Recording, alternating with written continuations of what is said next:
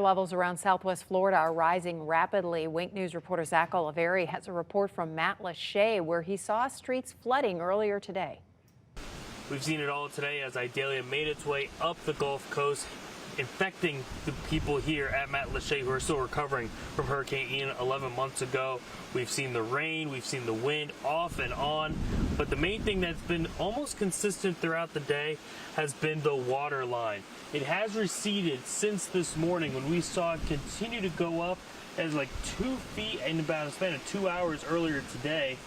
Now we're looking at it a little bit lower as the tide has receded, but once we get into the early morning hours of tomorrow, we know that will be a different story, and that's been the hope for a lot of people here on Matt Lachey today, as you can see a lot of homes back up to the water here.